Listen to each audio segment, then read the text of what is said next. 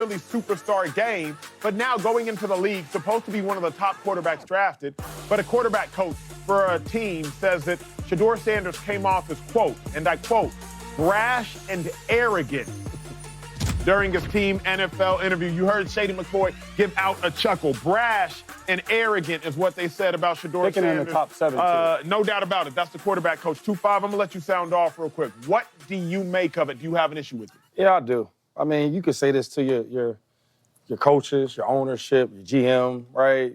But why are you saying it to the media, right? And the other thing is, like, I hate when people don't ever, like, put a name on it. Because who's really saying that? Yeah. And it reminds me of coaches that probably was a quarterback, probably didn't play, right? Probably was a backup, probably never went to the NFL, right? Probably wasn't secure on who he was. And guys that were superstars that had swagger to them, they call it arrogance. And he can't fit with them guys. Probably a guy that never had no attention, nobody really talked to him. You get in the NFL, now you got some type of voice. I hate them type of dudes, because I play with guys like that, right? And it's like you want to whisper behind somebody's back, and it makes you, I guess, feel weird because Shedeur is super confident. Yeah. Because Shedeur knows who he is. Shedeur knows what he brings to a team. He knows his talent, right? And that makes you uncomfortable. I hate people like that, man. And that's why you see a lot of players that get traded, a lot of players that have issues with the coaches because they make that narrative of them. Yeah, that's really well said. Shady got me thinking what he just said. I think, and we will see a lot of this, I think Shedeur Sanders' security makes a lot of people insecure. No question. I think Shedeur Sanders realizing, wait a second, I've made money before I got into the NFL. Wait a second, my pops has already taught me about the value not only of money, but the value, most importantly, of myself. Shedeur Sanders has realized, wait a second, who are you to dictate how I should feel, how I should think, how I should act, and how I should move?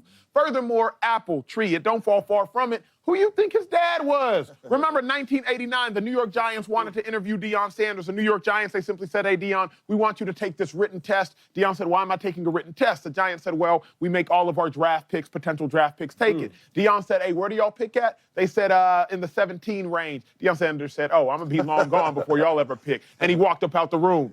Apple, tree, who you think raised Shedeur Sanders? So when Shedeur Sanders, I would suggest, comes off as confident, comes off as secure, comes off as knowing who he is, you, insecure, dictate his security is something that's an issue. That's how I feel about it.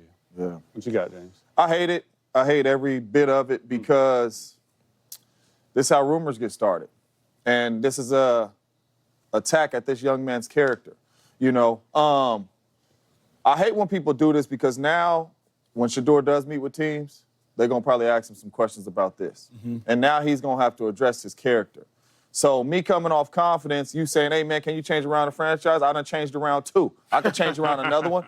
But what I'm saying is that may come off arrogant to you. That's just me being confident. Correct. That's me. That's how I grew up. That's what my dad taught me. I'm confident. I could change around your organization. You might not like the way I say it, but that don't mean I'm arrogant, and that don't mean that I'm not coachable and all that, because I feel like that's an attack at Shedeur, because you basically saying, man, I don't know if this dude is coming in here coachable and all that. That's all this is going to stem to, and everybody's going to start to attack that. I remember when I signed with the Raiders, right? After my second day of OTA practices, Dennis Allen gets up there to the media and he says, James Jones lost a step.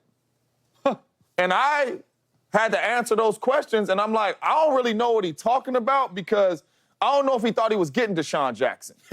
Now, when he turned my tape on from Green Bay, I got 80 yarders. I got 90 yards. I got all that. But it's not because I'm a Blazer.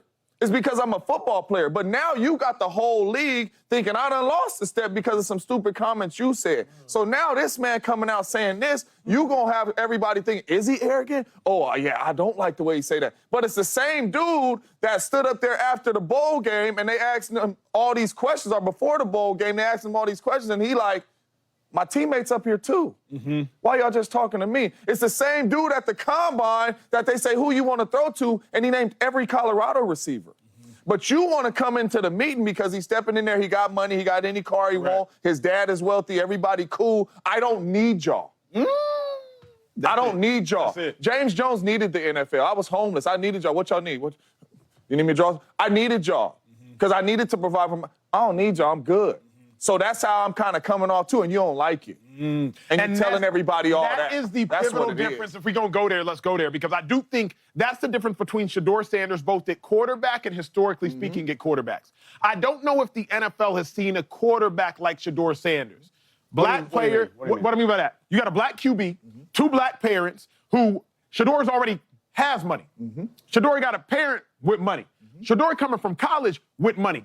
First off, you haven't seen quarterbacks come from college with money because NIL is new. So we've only seen about 3 draft classes of quarterbacks come with money. Furthermore, you don't see a quarterback like Shedeur who's already saying, you know what, Combine, I don't need y'all.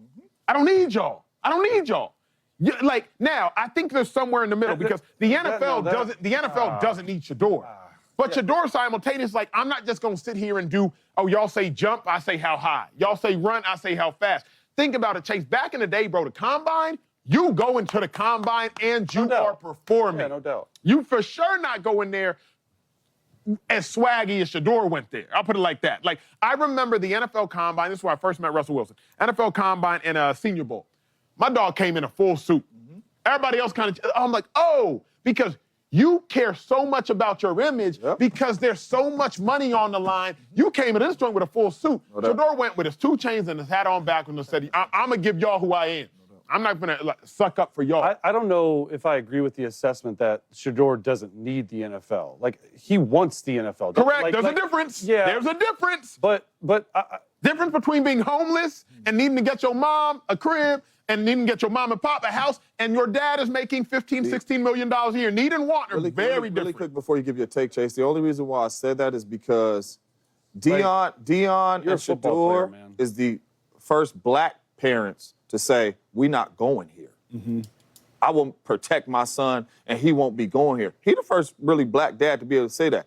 You understand what I'm saying? Now, the other ones, the Eli Mannings and all that, why you think they said that, Chase? Because they didn't need the NFL, they didn't need the bread, they didn't need all that. So that's the situation that he is in right now. It's a lot of the other black quarterbacks coming there that grew up like me or whatever, and they needed it. Shedeur don't. And I'm coming out confident. I think that's a little bit of an issue for some teams. I agree. Why? If you don't need the NFL, if you don't need something, are you going to work as hard as you humanly can? Just psychology-wise. But I've been working. But I'm just saying, think about it. Look, let me just get to the point, because I haven't even, we've gone through. But no, that's good. That's good. If you find somewhere better, take us there. No, I just think, like, the issue with the quarterback coach's assessment of Shedeur, brash and arrogant, I have no issue whatsoever with that. Like, a quarterback coach and an offensive coordinator, they are entitled to their opinion of a player. 1,000%. And quite honestly, they're probably not the only coaches that think that about Shedeur, because at times it does come off as arrogant. I think he's more confident than arrogant, but at times stuff he says, sure, I can see that. 1,000%. My issue with it, and exactly what James Jones and Shady and you were saying, is why are you trying to tell it to everybody else? Let themselves make their own opinion of the guy, especially a young guy. Because I'm okay with you saying it to the front office, because that's your job as a quarterback coach. I'm okay with you saying it to your offensive coordinator. That's your job as a quarterback coach. Your job is to evaluate. And quite honestly, Shedeur never has been and never will be everyone's cup of tea. And you gotta figure out, can you win with this guy? Some teams, yes, some teams like, the juice ain't worth the squeeze, my guy. Because exactly what you said, and that's just the truth of it, 32 owners, I don't know if they're like, if you don't need the NFL, why are you going number 7? Why are you going number 6? If you don't need this, if you act like that, I'm not saying he does, I'm just saying what you said. Now, the biggest issue I have with this is attacking people's character. When I got into the business of broadcasting, I was told by multiple people, and I still live by this today, never ever attack the player. You can criticize the play. So you can't criticize the player himself as James Jones, like, oh man, you're brash, you know what, you take too many sacks, you do this. There's a difference, and I think it honestly, when it puts something into a fan base's mind and opinion before you even step on the field. And I think that's not fair. Look what happened to Tunsil a couple years ago. Now he's a 5-time Pro Bowler, but he dropped in the draft. He's supposed to be top 5. He went to 13. Now he's played well, but it still took a few years for them to get out the gas mask out of their head. Like, oh my God. Like, I think that is such low-life stuff to try when a young man is trying to make his way in the NFL. I think that's what I think about the tape.